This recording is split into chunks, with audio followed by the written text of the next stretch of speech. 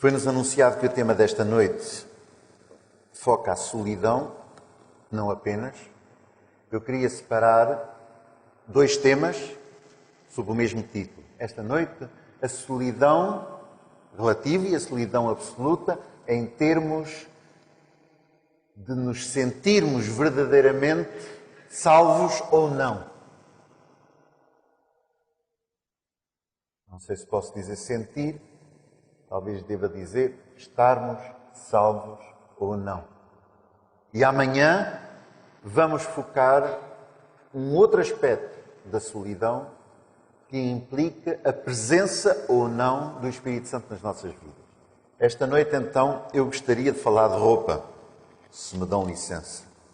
Não vou falar da moda.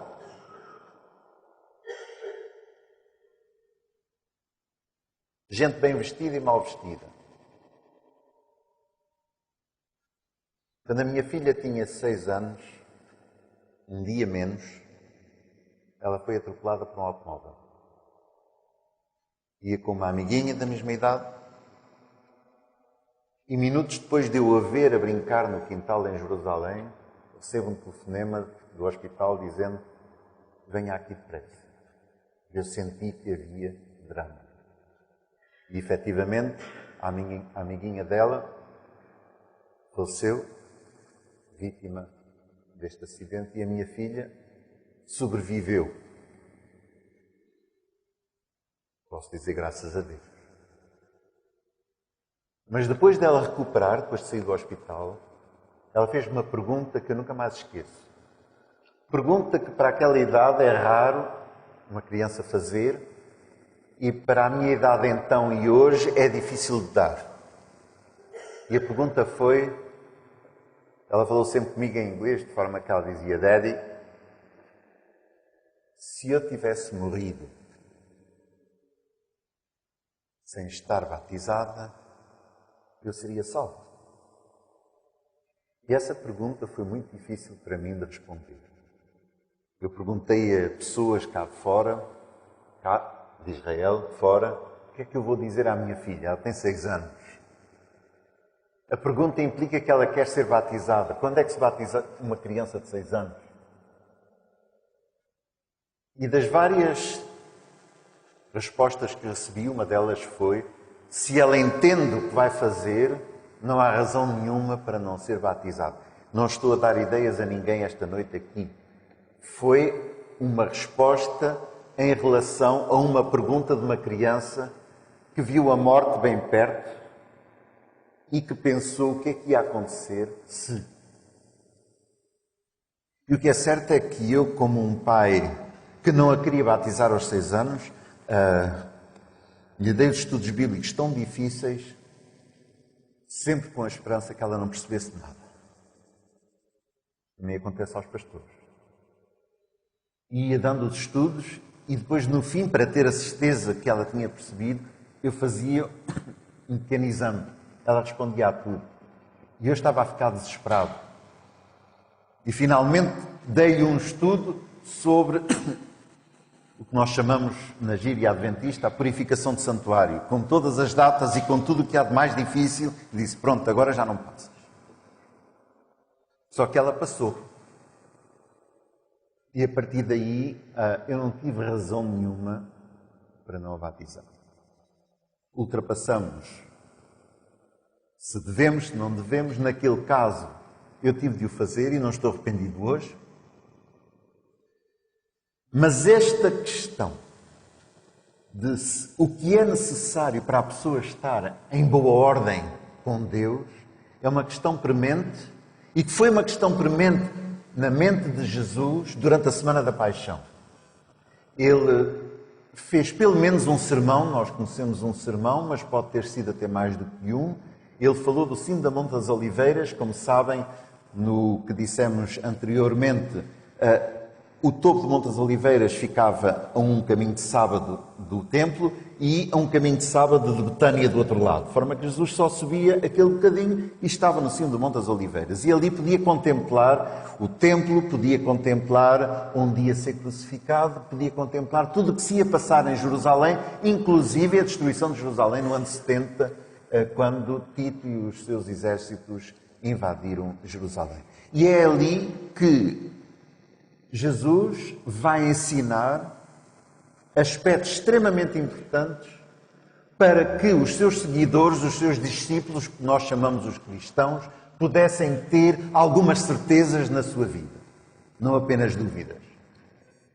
E é naquelas certezas que ele dá, que se encontram em Mateus capítulo 25, 24 e 25, numa área que, quando Helena, a mãe de Constantino, veio a Jerusalém no século IV, ainda era conhecida como a área onde Jesus tinha feito estes sermões e que depois ela aproveitou para fazer, ou mandar fazer, uma das 3 igrejas mais antigas, que é a igreja de Eliona, onde Jesus, precisamente, fez ou ensinou os discípulos sobre estas verdades únicas. E eu estou hoje extremamente feliz por uma razão. Talvez haja algumas pessoas menos hoje, mas as que estão aqui têm mesmo necessidade do Senhor.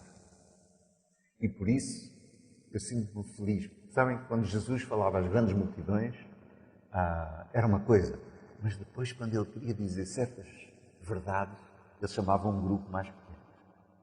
E eu sinto que esse grupo mais pequeno o merece, da parte de Deus, não da minha, o merece porque tem mesmo necessidade. E eu posso-vos prometer, pela palavra que tenho aqui, a palavra de Deus, que não vão sair daqui vazios quando fores para as vossas casas, com a ajuda de Deus, não com a minha.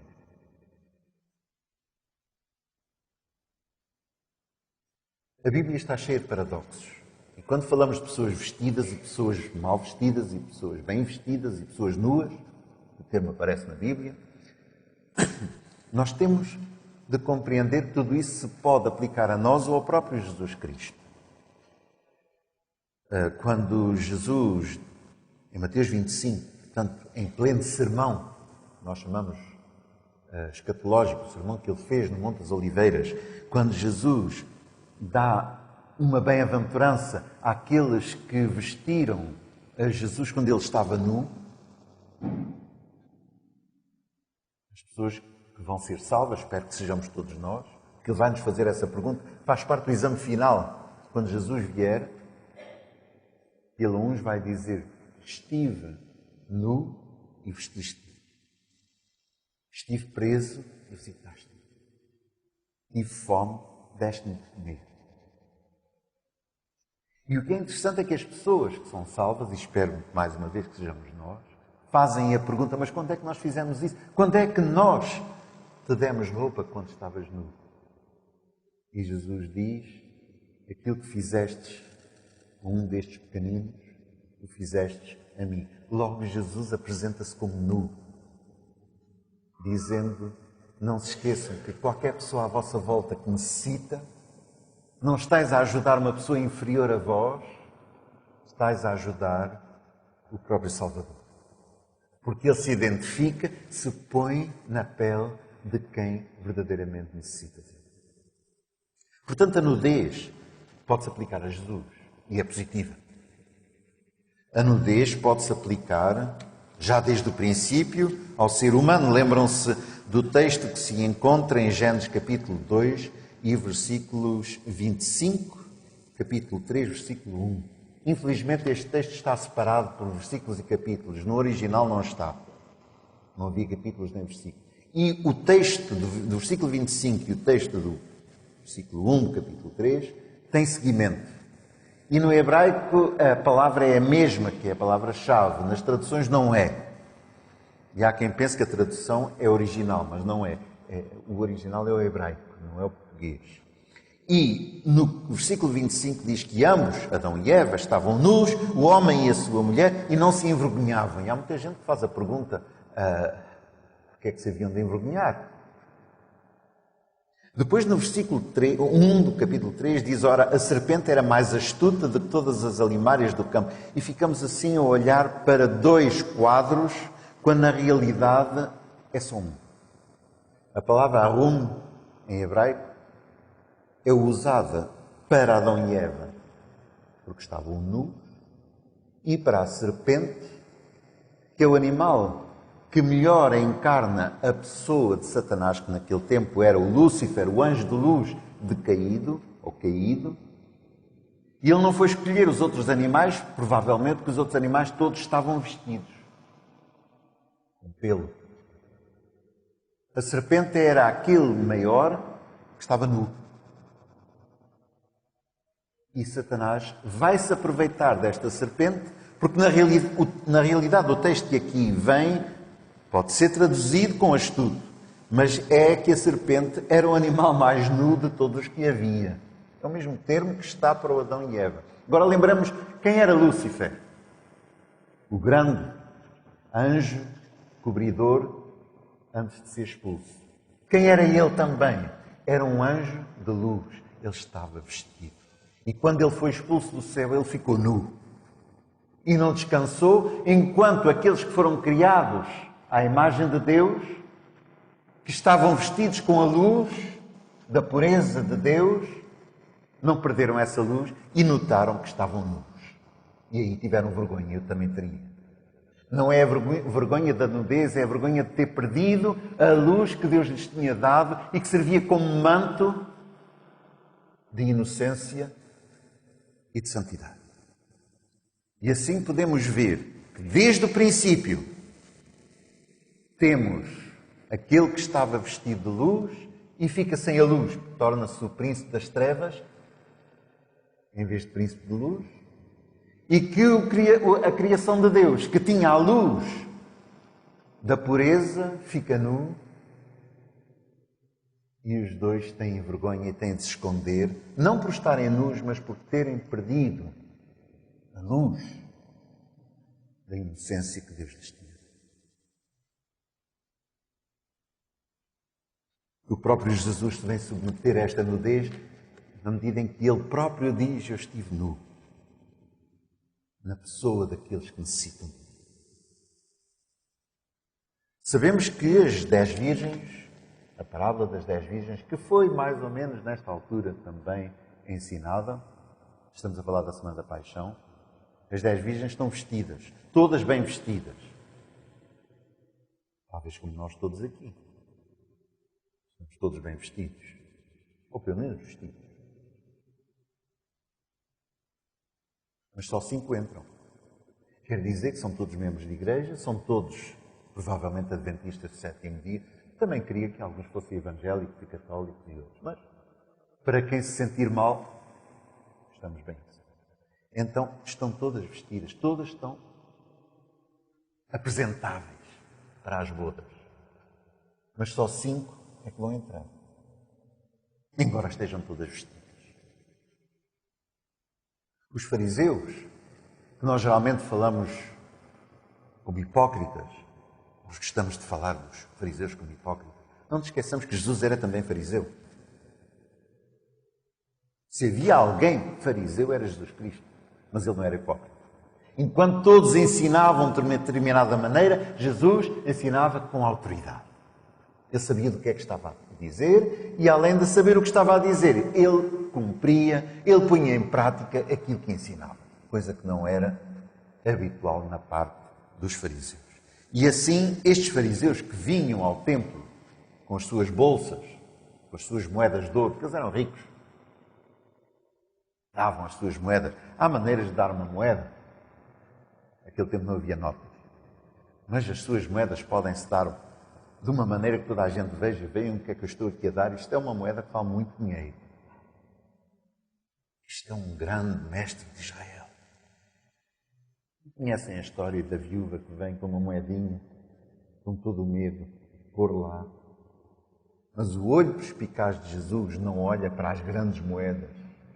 Ele olha para a maneira como aquela pobre mulher está vestida e que dá de acordo com aquilo que ela tem e é a moeda mais pequena. Quer dizer que a maneira como nós estamos vestidos diante dos homens não é necessariamente a maneira como estamos vestidos diante de Deus. E não tenhamos vergonha nunca de nos apresentarmos nus diante de Deus, porque foi assim que nascemos e é assim que morreremos. Quer queiramos, perdão. Eu lembro uma vez numa igreja que frequentei na América, perguntar numa escola sabatina, para aqueles que nos seguem pela rádio e que vão seguir-nos também pela filmagem, a escola sabatina, na nossa terminologia, como sabem, é o estudo da Bíblia que nós temos ao sábado, os evangélicos têm ao domingo. O que interessa é que é um estudo da Bíblia, um estudo que se quer sistemático. Pois nessa igreja eu perguntei uma vez se uma pessoa, tudo gente muito rica, mas se uma pessoa entrasse de pé descalço naquela igreja, se eles deixavam entrar. Eles têm guardas à porta.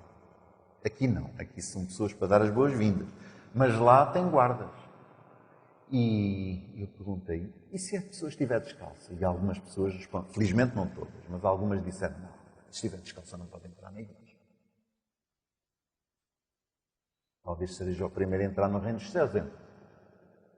Porque às vezes não é necessariamente aquele que está mais bem vestido, mas aquele que tem o coração mais necessitado de Deus que vai entrar, mesmo que esteja de pé descalço.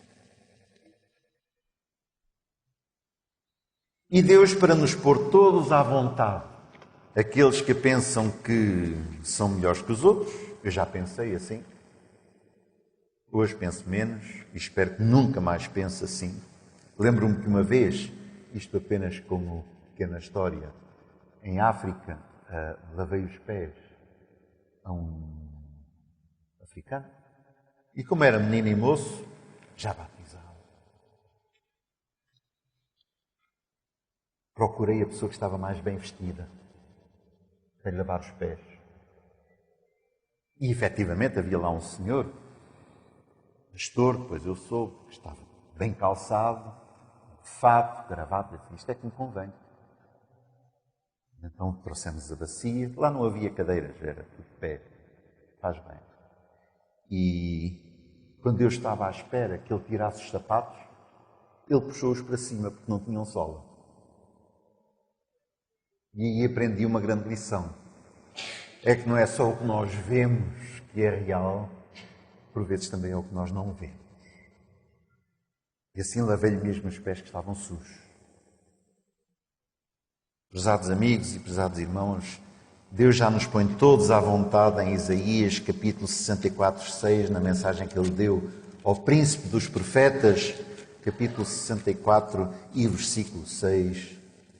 Ele diz, as nossas justiças são como trapo de imundícia. Estamos todos mal vestidos. Todos. E aí não sou só eu que estou, somos todos, sem exceção. Estamos todos vestidos com trapos de imundícia. Trapos de imundícia em hebraico não é trapos imundos. Trapos de imundícia são aqueles que, naquele tempo, hoje as pessoas são mais civilizadas, naquele tempo as senhoras usavam de vez em quando. Eram esses os trapos imundos. E a Bíblia diz, isso é a nossa justiça perante Deus. Boa comparação. Gostaria de ler ainda convosco no capítulo 22 de Mateus, para mostrar como há paradoxos na maneira de estar vestido, estar nu. Umas vezes é negativo, outras não é. Ou seja, nós necessitamos de regras. E falo nós aos adventistas, falo nós aos evangélicos, seja qual for a denominação, falo nós, membros da Igreja Católica Romana, falo nós, todos aqueles que professamos crer que Jesus é o Salvador. Precisamos de regras. Podemos provar quase o que quisermos com a Bíblia, só com um texto. Necessitamos de aprender como deixar a Bíblia interpretar e não apenas o que é que o pastor pensa sobre o assunto. Porque o que eu penso não é importante. O que é importante é o que está nas Sagradas Escrituras. E no capítulo 22 de Mateus e nos versículos 9 a 14, nós temos aqui a essência daquilo que Jesus quer ensinar durante esta semana que precede a sua morte, em relação a estar vestido, a não estar, a estar só e não estar, a se sentir bem ou não sentir, Vamos ler capítulo 22, versículos 9 a 14. E depois às saídas dos caminhos, convidai para as bodas a todos os que encontrardes, e os servos, saindo pelos caminhos, ajuntaram todos quantos se encontraram, tanto maus como bons, e a festa nupcial foi cheia de convidados. Não diz que estavam mal vestidos, talvez estivessem pobremente vestidos. O rei, entrando para ver os convidados, viu ali um homem que não estava trajado com vestido de núpcias. E disse-lhe: amigo, como entraste aqui, não tendo vestido de núpcias? E ele emudeceu. E disse então ao rei aos servos: amarrai-o de pés e mãos, levai-o e lançai-o nas trevas exteriores, e ali haverá pranto e ranger de dentes. E agora este texto que é medonho, se o lermos sozinho. Muitos são chamados, mas poucos os escolhidos. E a minha pergunta esta noite para vós e para mim, prezados amigos, prezados irmãos e visitas, e rádio ouvintes e todos aqueles que vão participar ou partilhar da nossa experiência aqui esta noite, a minha pergunta é se nós fomos chamados e também estamos escolhidos. Porque sermos chamados não adianta muito. Sermos batizados, se não estamos escolhidos, não vai a parte nenhuma. Como é que nós podemos ter a certeza hoje que somos também escolhidos?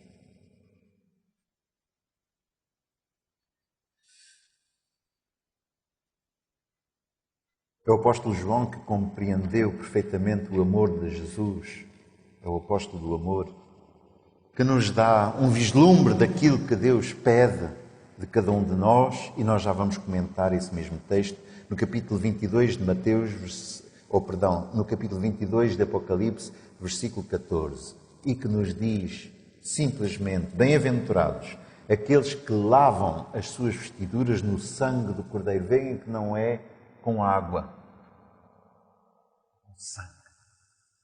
Aqueles que lavam as suas vestiduras no sangue do Cordeiro, para que tenham direito à árvore da vida e possam entrar na cidade pelas portas. É isso que nós queremos todos, não é verdade? E que queremos que a nossa família também possa desfrutar, entrarmos todos pela porta. Eu podia dar uma interpretação adventista, podia dar uma interpretação católica ou evangélica. Vou dar a interpretação que um homem que sofreu perseguição por causa de ler a Bíblia, já há muitos anos, ainda não havia igreja adventista, chamou-se João Bunyan. Ele esteve na prisão na Inglaterra, na prisão de Bedford. E ali, na sua solidão, ele podia ter chorado, podia se ter lamentado, podia ter feito muitas coisas, mas o que ele fez, felizmente deram-lhe com que escrever. Escrever um dos livros mais célebres e mais memoráveis da vida de um cristão. Precisamente a história do peregrino, daquele que sai da cidade da destruição e que vai até à cidade celestial. Não estamos a falar da experiência de uma pessoa que é membro de uma determinada igreja, porque isso agora não nos interessa. Esta noite o que nos interessa, acima de tudo, é como podemos ter a certeza que vamos lá entrar, adventistas ou não. Como é que podemos ter a certeza que lá vamos entrar? E este homem, carregado com o peso dos seus pecados, quem não os tem, os trapos de imundície, um homem que pensou: o que é que eu estou a fazer nesta prisão? Deve ser por causa dos meus pecados. Este homem agora vai andando acabrunhado com aquele peso. Já viram pessoas cristãs acabrunhadas com o peso dos pecados? Elas existem. E talvez alguns de nós tenhamos passado por essa fase. E o que é que ele faz? Ele vai até um lugar onde se encontra uma cruz. Quando se chega àquela cruz, sem saber o que está a acontecer, ele aproxima-se dessa cruz e, repentinamente, aquele peso, aquele fardo que está nas suas costas, cai. E ele pode se endireitar. Já não tem o peso. Caiu o peso tremendo que ele arrastava há anos na sua vida, quando chegou à cruz. Porque ali ele encontrou-se com o único que pode libertar a cada um de nós das nossas fardos, das nossas cargas, de tudo aquilo que nos faz mal na nossa vida de cada dia. E a vida prossegue. Ele agora vai passar por várias fases, e quem quiser ver todas essas fases, leia esse livro, que é monumental. E que não segue uma ideologia de uma igreja, segue aquilo que nos dá a palavra de Deus. Porque ele, algum tempo depois, encontra um outro cristão que salta um muro e que se vem pôr junto a ele, dizendo: eu também vou para a cidade celestial. E o cristão pergunta-lhe: mas como é que saltaste o muro? De onde é que vens? Era mais fácil. E saltou o muro. E vem com o cristão. E lá andando. E a vida dele, no dia a dia, até parece mais fácil do que a do cristão, que hoje, em termos modernos, nós diríamos é um fanático. Cuidado, que há uma diferença entre fanático e fiel. Ser fiel até à morte não diz ser fanático até à morte. Mas é-nos pedida a fidelidade. E ele era fiel. E perguntou: mas e tu? Mas é estranho. É que o cristão, quando passou pela cruz e se libertou do peso, deram-lhe um certificado. E disseram-lhe: olha, quando chegares à porta celestial, tu tens de dar este certificado de que perdeste o peso que estava em cima de ti. E levava o seu certificado bem dentro, escondido no seu peito. E ele perguntou: tu também tens um certificado? Então como é que lá vais? Vamos os dois, não vamos? E então Bunyan dá a este segundo homem o nome de ignorância. Certamente que aqui não há ninguém que se chame ignorância. Só lá fora.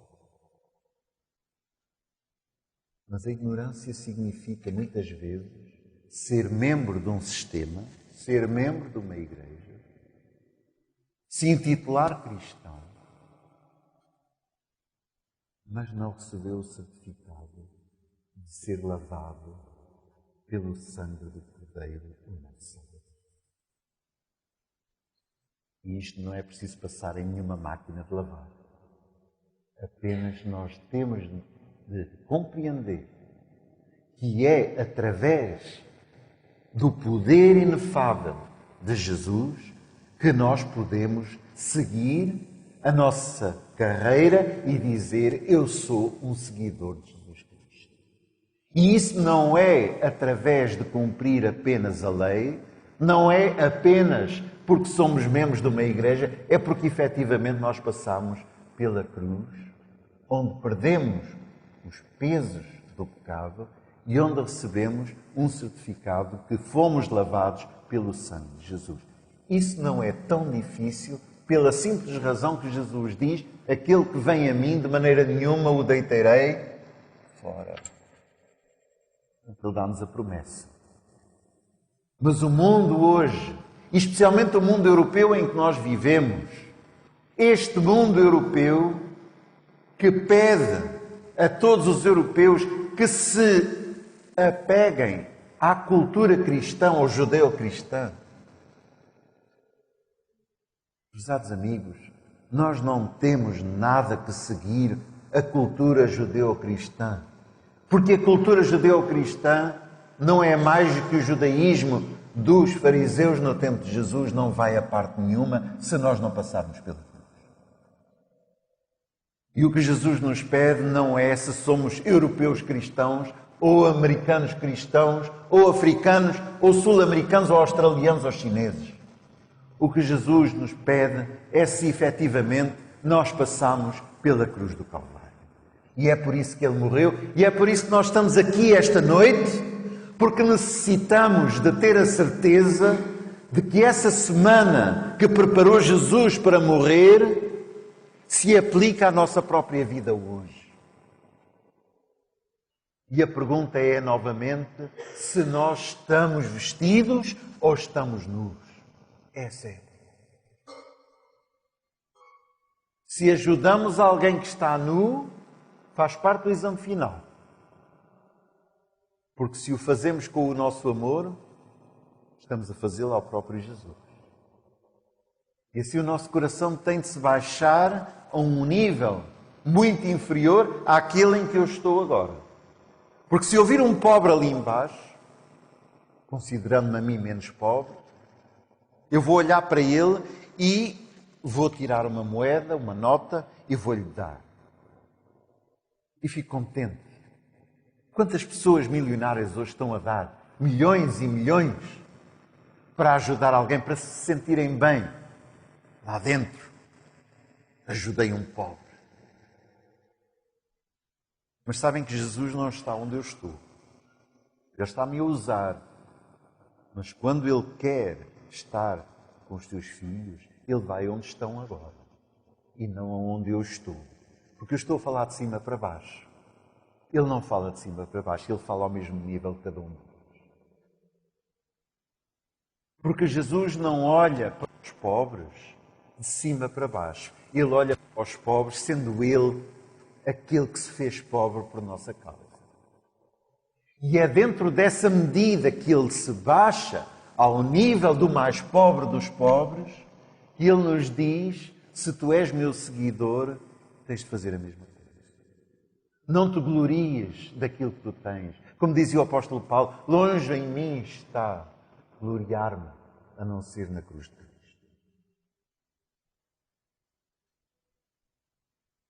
E esta noite, o que Ele nos pede, Ele não nos vai mandar nenhum certificado. O apóstolo Paulo diz que nós somos justificados pela fé. Mas o que Ele nos pede esta noite, prezados amigos, em primeiro lugar, é um interrogatório sereno, livre de preconceitos de igrejas, livre de orgulho, sem não dizermos nada àquela pessoa que está ao nosso lado. Só entre nós e Deus. Perguntar-lhe: Senhor, será que eu verdadeiramente lavei os meus vestidos, as minhas vestes? Ou sou apenas um membro de uma igreja, seja ela qual for? Será que na realidade eu vou entrar pela cidade pelas portas? Ou como aquele ignorância que ia com o cristão e foram andando, até que chegaram à porta da cidade, os dois. E ali, o cristão estava contente, porque ele sabia, ele tinha a certeza que havia alguma coisa lá dentro que lhe garantia que ia entrar.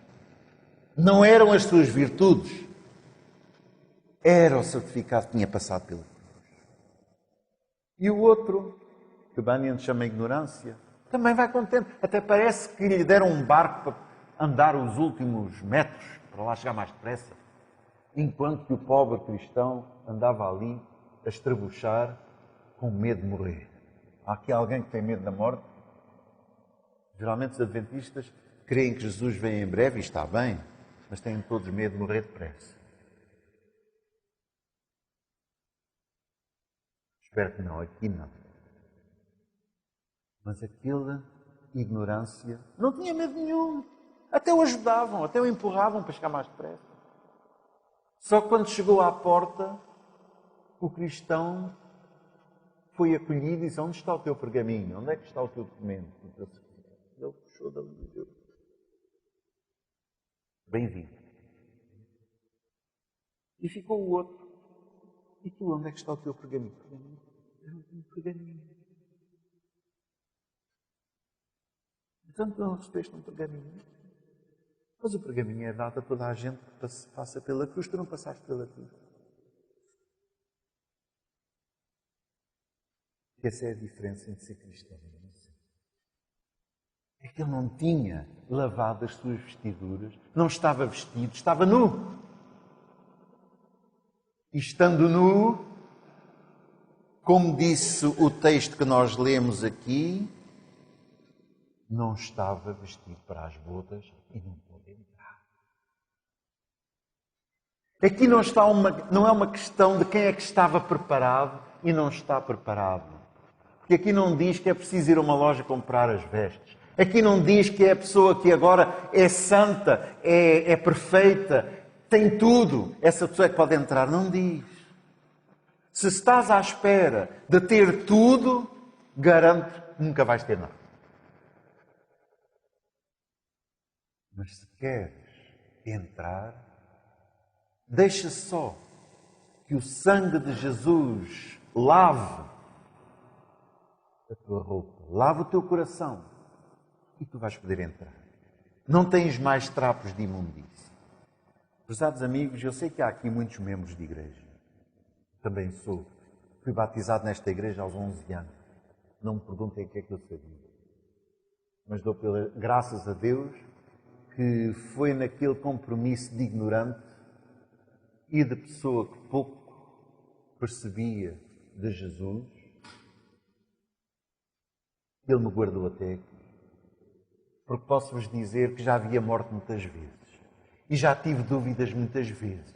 E já muitas vezes me perguntei onde é que eu estava na minha relação com Deus. Mas sabem que Jesus orou por mim antes de eu nascer. Orou por vós antes de nascer. Ele disse: aqueles que tu me deres, que ninguém os arrebate da minha mão. E isto Ele fez. É uma oração que Ele fez há 2000 anos. E foi para cada um de nós. E não tenhamos dúvida que nas nossas quedas, nas nossas lutas, nas nossas dúvidas, no nosso sofrimento, em tudo o que se passa no nosso coração, sim, no nosso pecado, não tenhamos dúvidas que a oração de Jesus, que Ele fez há tantos anos, Ele a fez por nós, sendo nós ainda pecadores. E quando Ele pediu que quando nós entrássemos nas suas mãos não fôssemos arrebatados, é certamente arrebatados das suas mãos para as mãos de Satanás. Satanás bem quer nos arrebatar. Não nos esqueçamos que o nome Satanás não quer dizer adversário. Quer dizer o que Satanás faz na nossa vida é sempre pôr em dúvida o valor do sangue de Jesus na nossa existência. O que Satanás faz toda a nossa vida é acusar-nos. Mas Jesus disse: eu não vim a este mundo para condenar, senão para salvar. Por isso Ele se chama Salvador.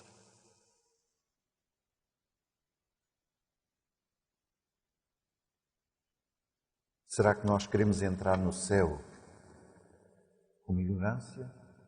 Ou queremos ter a certeza esta noite passamos pela cruz do Calvário? Não é preciso fazer um novo curso.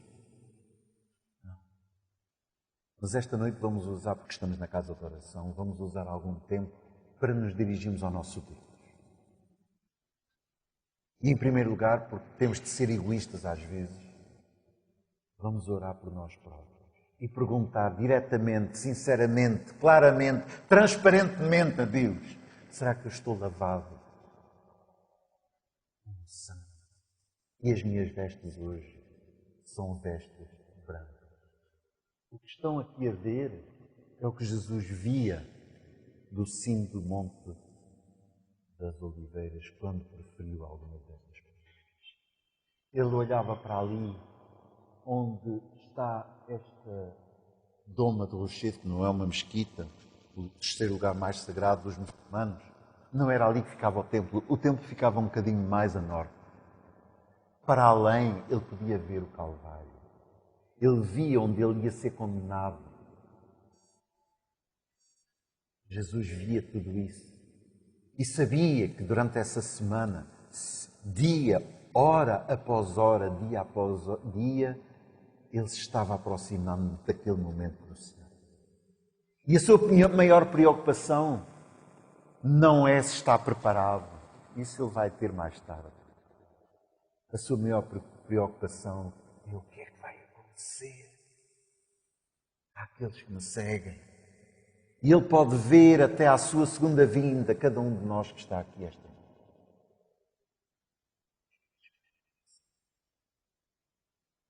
Ele orou pelos discípulos. E se Judas não se salvou, foi porque Judas nunca se arrependeu. Porque Jesus estava disposto mesmo a perdoar a Judas. Vamos ver sobre o perdão na cruz, o que Jesus faz pelos seus inimigos. Mas ele estava a olhar para cada um de nós. Prezados amigos, A salvação não é uma mercadoria barata. Não façamos do sangue de Jesus uma droga, nem nada que é barato. O sangue de Jesus é o sangue mais precioso que jamais foi derramado por alguém. A vida de Jesus é a vida do Filho de Deus. Esse sangue não pode ser posto abaixo do seu preço, que é inefável. Não façamos da morte de Jesus uma coisa barata. Foi extremamente dispendioso. E não foi dispendioso apenas para aqueles que viviam no seu tempo. Foi dispendioso para cada um de nós. E esta semana de preparação de Páscoa, vamos fazer um pouco de oração silenciosa e pedir que, na realidade,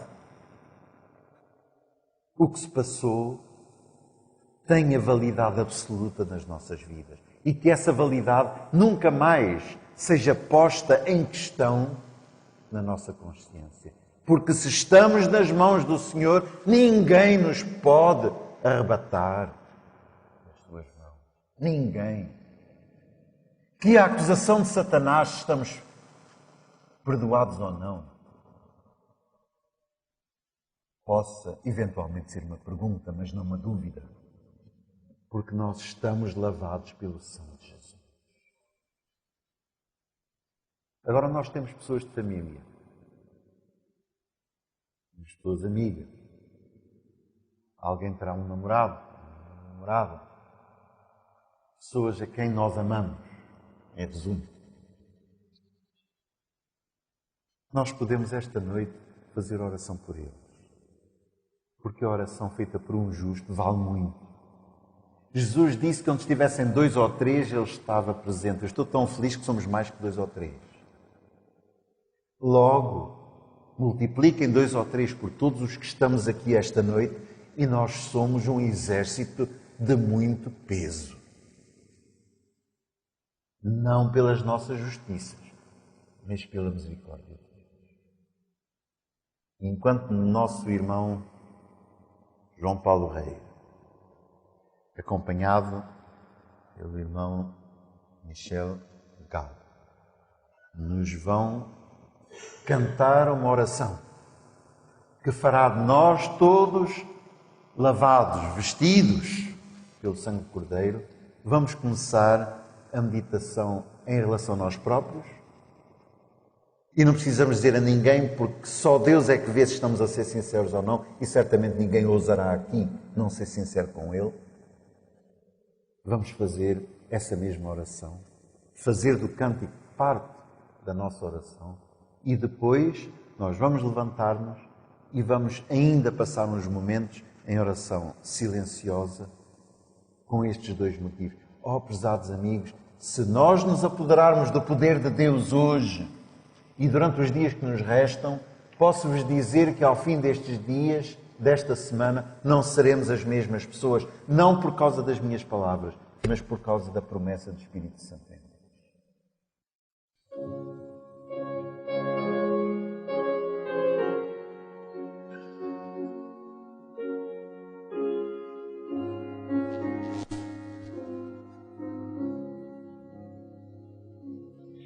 Seja bendito o Cordeiro que na cruz por nós padeceu. Seja bendito o seu sangue que por nós pecadores verteu. Eis nesse sangue lavados, com vestes que tão alvas são, nós pecadores remidos, que de Deus recebemos perdão.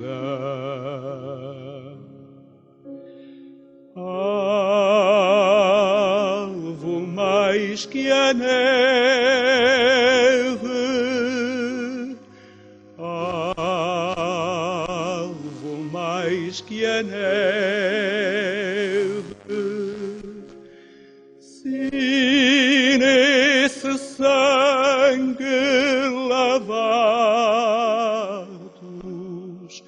mais alvo que a neve será. Quão espinhosa a coroa que Jesus por nós suportou. Oh, quão profundas as chagas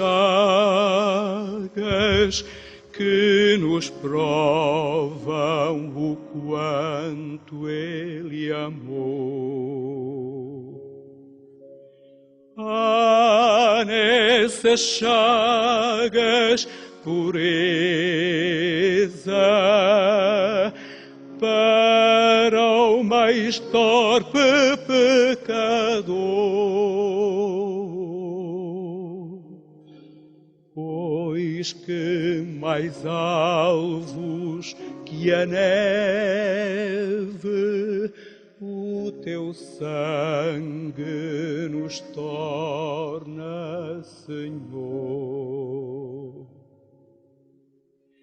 Se nós a ti confessarmos e seguirmos na tua luz, tu não somente perdoas, purificas também, ó Jesus. Sim, de todo o pecado, que maravilha desse amor, pois que mais alvos que a neve o teu sangue nos torna, Senhor. Alvo mais que a neve, alvo mais que a neve, se nesse sangue lavado,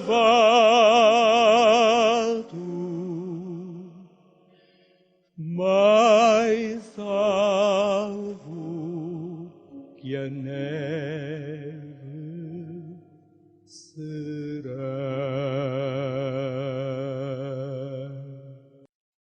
Ó nosso Deus e nosso Pai que estás nos céus, tu escutas estas orações, estes suspiros de alma de cada um presente.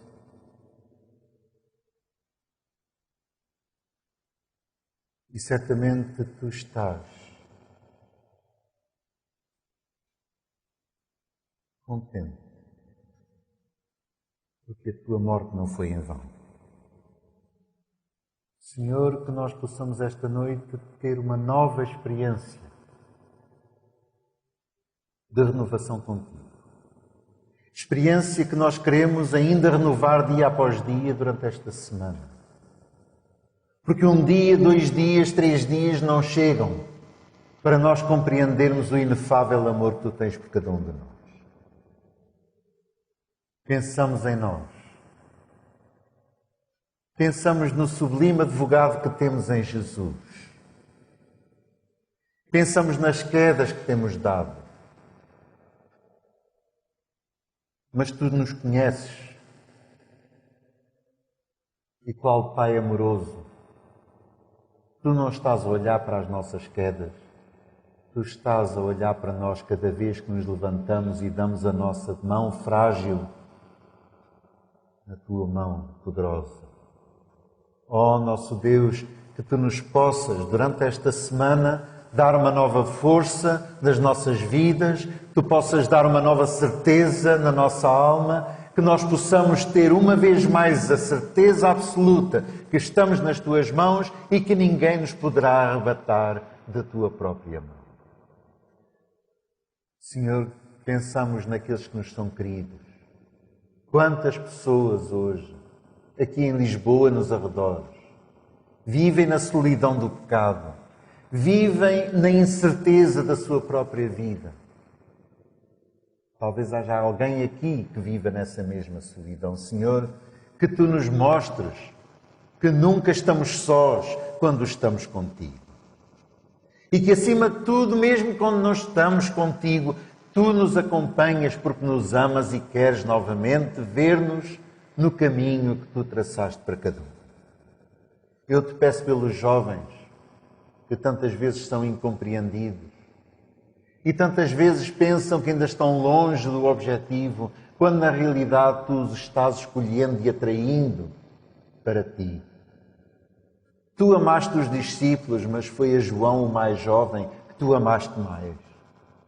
Porque era jovem. Que Tu possas entrar no coração dos nossos jovens aqui. E nos jovens das nossas famílias que aqui representamos.